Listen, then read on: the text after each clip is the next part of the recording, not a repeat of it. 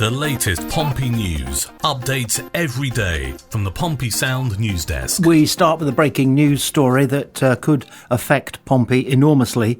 2 appeals have been lodged today about the Leicester deduction of 6 points. Leicester are asking that the deduction is overturned. The Premier League, in a separate appeal, are asking that the deduction is increased to 10 or possibly 12 points. Obviously, either or both decisions, if they're upheld, make the relegation battle very different. Here's how the BBC are explaining it. Leicester City are officially fighting the 6-point deduction they were handed for breaking the English Football League's financial rules. The penalty, dished out by an independent commission earlier this month, immediately plunged the Foxes into a relegation battle, dropping them to 20th in the Championship. Things have only gotten worse since, with 2 straight losses leaving them in the bottom 3, and 2 points adrift of safety. In a separate move, the Premier League is also appealing the Commission's decision, arguing that Leicester should have been sanctioned for filing their annual accounts late. The league is pushing for a quick resolution, stating they want the appeal resolved urgently, and in any event before the end of the EFL season, to provide certainty for all clubs. Both sides have now submitted their appeals, and a new board will be appointed to hear the case. Leicester, who just appointed Gary Rowett as their new head coach, have yet to comment on their appeal. However, when the punishment was first announced, the club slammed it as disproportionate. In a statement they said, while the Commission's findings significantly reduced the unprecedented scale of the sanction originally sought by the Premier League, the recommendation remains disproportionate and does not adequately reflect the mitigating factors presented. The whole issue revolves around Profit and Sustainability Rules (PSR), which state Premier League clubs can't lose more than £105 million over 3 years. Leicester's recent accounts revealed hefty losses, including £89.7 million for the 2022-23 season, and a club record £92.5 million the year before. Although the Premier League initially charged the club, the EFL took over the case following Leicester's relegation and applied its own financial rules. A key point of contention was the time frame. Leicester argued their finances should be assessed over 36 months, not 37, a discrepancy caused by a delay in filing their accounts. The Commission agreed on the 36-month period, but that still put the club's overspend at £20.8 million above the £83 million limit. While the panel could have hit them with a maximum 12-point penalty, it settled on 6, noting the club's improving financial position over the period in question. So there we are then, intricate to the point of labyrinthine, and the likes of us and you and me, dear listener, Pompey fan, we're never going to be able to get our heads around the minutiae of it. But if you go to the bottom line, which is where we like to go, either that points deduction is erased, in which case Leicester elevate themselves, I think it's to 4 points ahead of us in the relegation battle, or it's consolidated by the second commission, the new commission who's hearing the appeal. If they go with the Premier League's suggestion and request, then they'll lose an extra 4, possibly 6 points. And in a nutshell, we'll only have to stay ahead of Oxford in order to stay up. Now that the January transfer window is shut, Pompey's focus is shifting from new signings to securing the futures of their key players. Sporting director Rich Hughes has made it clear that the club's next priority is sorting out contracts for the 7 players whose deals run out at the end of the season. That list includes standout performer Zach Swanson along with Conor Ogilvie, Andre Dizelle, Marlon Pack, Jordan Archer, Ruben Swan, and Toby Stewart. Swanson, in particular, is having his best season yet in a Pompey shirt. Since being shifted to an unfamiliar left-back role in November to cover for injuries, he has been a revelation. The former Arsenal man, who joined back in July 2022, has racked up 104 appearances and 5 goals for the Blues, but with his contract up this summer, his future is a key point of discussion. According to Hughes, those talks were put on the back burner during the hectic transfer window. There were some ongoing conversations about player contracts, but there's an unwritten rule that everything goes on hold in January because everyone is focused on other things, he told journalists. Now that the window has closed, we'll be picking those conversations back up, he continued. We need to look at what we need for the summer, where we want to build, strengthen, and who we want to retain. That's the next big piece of work for us, and absolutely that includes Zach. He has been excellent. Left back has really suited him. He's been aggressive in all of his defensive positions, even during a little stint at centre back. Zach is having a very solid, consistent season, which is great to see. He seems to have found a real rhythm by training and playing regularly, and he's affecting games. So yes, absolutely we are looking at him. It's a testament to some of the players that they are able to just focus on their football, Hughes added. They trust the people in the background to have those conversations and help them make the best decisions on where they'll continue playing. As for the other players, the club holds 12-month options on youngsters Toby Stewart and Ruben Swan, giving them some flexibility. It's a different story for goalkeeper Jordan Archer, who looks certain to depart after not being registered with a squad number this term. Andre Dizel, who arrived on a one-year deal last August, earned an extension for this season after Pompey avoided relegation. Meanwhile, long-serving duo Conor Ogilvie and Marlon Pack are also in the final months of the two-year deals they signed back in June 2022, following the club's promotion from League One. So, shame for Jordan Archer, who is almost certain to be released. We wish him well and thank him for his service.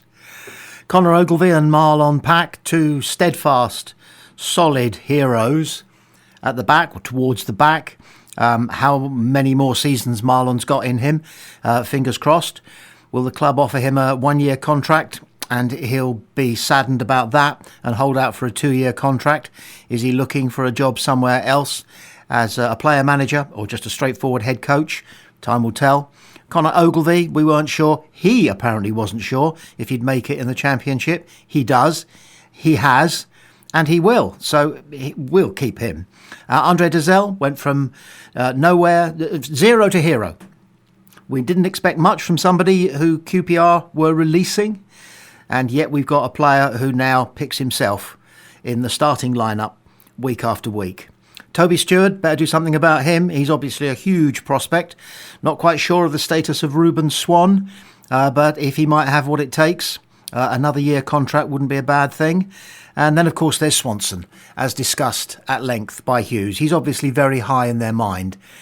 He's got the lot, and above all, perhaps above all, he's that thing that John Messino cherishes enormously, which is he's versatile. Here's Charlton boss Nathan Jones talking about the Pompey game from their perspective. The majority of the game we were dominated physically. The first goal is a really poor one to concede. No one closed Terry Devlin down and then it went straight through our goalkeeper, and that can't happen. The penalty is subjective. We had better chances, we had clear-cut chances, but the all-round performance tonight was really poor. Today was not the messages we give. It's 11v11 out there and they wanted it more than us, and that is unacceptable. If you don't do the basics well, then you can't have a platform in the Championship. The first goal is a goalkeeping error, he has to save that. The second one we have to look at, but it was that kind of night. Charlton boss Nathan Jones talking about how badly they played. As football fans, we never entirely lose, which we should do because we're being unrealistic, the hope that when we play really well against a team and stuff them, that they come on and say that we played really well and that we deserved it and that we played out of our skin. And that considering that we were decimated with 14, 15 injured players, our performance was amazing. It was skillful and it was spirited. But they don't. They don't. They don't want to. They're so grudging with their admiration. I have heard that there are occasions when players decide they're fed up with their manager, and so they deliberately throw games in the hope that the manager will get sacked and the club will get someone in that they like. I'm not suggesting for one moment that that's what's going on at Charlton, but his job may well be on the line. And if he goes on criticising his own players, particularly singling out the goalkeeper, okay, it was a howler, singling out the goalkeeper, then he's not going to make himself more popular with his squad. So let's watch that space. The football news agency The 72 are looking at our game on Saturday. Millwall and Portsmouth meet in the Championship on Saturday afternoon, with both sides chasing a big win. Millwall come into the clash with Portsmouth looking to build on their impressive campaign to date. This marks a tough test for the Lions though as they look to maintain their high position. Sitting third, Millwall are now 5 points off second-placed Middlesbrough, and will be eager to continue their fine form after securing a third win in their last 4 games. Alex Neil's side defeated Sheffield Wednesday 2-1, with Macaulay Langstaff bagging the winner. As for Portsmouth, they head to Millwall looking to make it 2 wins from 2. Their last league fixture was an important 3-1 win away at Charlton Athletic, with Terry Devlin scoring 2. John Messina will be determined to build on their recent result and move away from the bottom 3 places. Pompey sit 19th in the championship table, now 4 points above the relegation place. And here are their predictions for the game. Will Evans-Jones. Millwall will be looking to show they belong at the top end of the division, having emerged as one of the form sides in the division. Their style of play in both boxes, along with an impressive January window, make them one of the most feared teams currently. After registering their 16th win over Sheffield Wednesday last time out, their confidence will be high coming up against Portsmouth. John Messina will be looking to register back-to-back wins to increase the gap between them and the relegation spots. However, I think they'll be left wanting. I'll go for a home win just. Prediction: Millwall 1, Portsmouth 0. James Ray. Portsmouth have found some big results on the road at Sheffield Wednesday and Charlton Athletic of late. But a trip to the Den is a whole different kettle of fish. Millwall are in the hunt for automatic promotion and will be targeting nothing but a win here. That doesn't mean they'll be taking Pompey lightly though, with John Messina's side a stern one. If Portsmouth play like they did on Tuesday night, we could be in for a good game here. Ultimately though, I do feel the Lions will have too much for the championship strugglers in this one. I'll be going for a 2-0 home win as Millwall continue their march for Premier League football. Prediction: Millwall 2, Portsmouth 0. Well, we covered their predictions for the last game against Charlton and they got it completely wrong. They predicted that Pompey would not score and that Charlton would win. Our Steve Bone went for a sneaky Pompey win, which had him standing out from the crowd of predictions yet again.